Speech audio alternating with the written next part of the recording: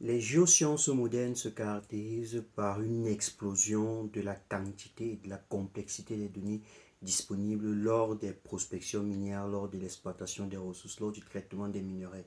Bref, dans toutes les phases d'un processus minier, on a affaire à une énorme quantité de données, aussi bien complexes que difficiles à cerner.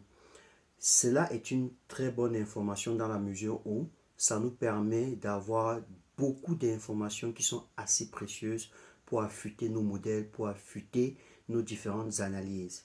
Mais où se trouve le problème? Je vais essayer de vous poser un peu le décor, de vous planter le décor. Imaginez-vous, vous êtes dans le cadre d'une prospection minière, vous êtes en train de collecter des échantillons et là vous travaillez avec des données géochimiques. Vous avez collecté pratiquement plus de 50 paramètres différents, des paramètres géochimiques différents sur plus de 500 échantillons. Vous imaginez la quantité de données.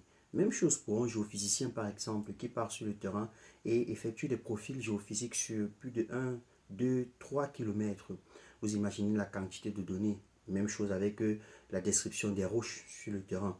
Vous voyez donc que lorsqu'on couple donc toutes ces données-là, on se retrouve avec une très grande quantité d'informations. Il est donc important de savoir comment est-ce qu'on doit interpréter et synthétiser ces données. C'est à ce niveau qu'intervient donc l'analyse en composantes principales. L'analyse en composantes principales a tout simplement pour but, n'est-ce pas, de réduire la dimensionnalité de vos données.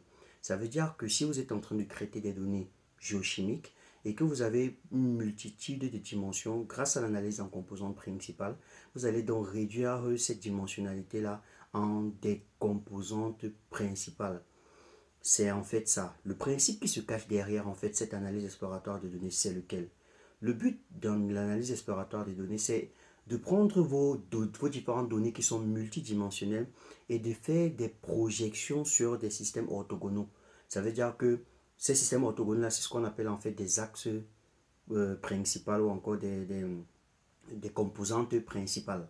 Donc, on prend donc votre base de données qui a par exemple plusieurs dimensions et on essaie de la réduire en des acteurs, à des facteurs principaux qui vont conserver la variabilité maximale de vos données. Donc, le principe fondamental de l'analyse en composantes principales repose tout simplement sur le fait que en projetant vos données sur ce système, sur ce repère orthogonal, on doit tout simplement conserver la variabilité maximale de vos données. Donc, la maximisation de la variance. C'est l'objectif, c'est le principe fondamental qui se cache derrière. Maintenant, il y a pas mal de paramètres ou encore pas mal de calculs qui peuvent être effectués d'un point de vue statistique. Il y a des mathématiques de base et de la géométrie qui sont appliquées par des gens. Nous allons revenir de fond en comble sur ces différents paramètres-là et les différentes étapes. Dans une prochaine vidéo, nous allons démontrer ensemble, nous allons ensemble voir les différentes étapes que vous pouvez mettre sur pied donc pour pouvoir arriver à une analyse en composante principale. Encore que là, ce n'est même pas le plus important parce que il est idéal après avoir ressorti ces paramètres-là de pouvoir les interpréter. C'est à ce niveau-là que se situe le bémol. Mais ne vous inquiétez pas, nous allons voir toutes ces solutions-là ensemble. Nous avons une conférence que nous organisons le 24, ce samedi, le 24 janvier. Et le lien du formulaire se trouve en description. N'hésitez pas à remplir ce formulaire, à vous abonner sur cette page, à liker et à partager pour ne rien rater.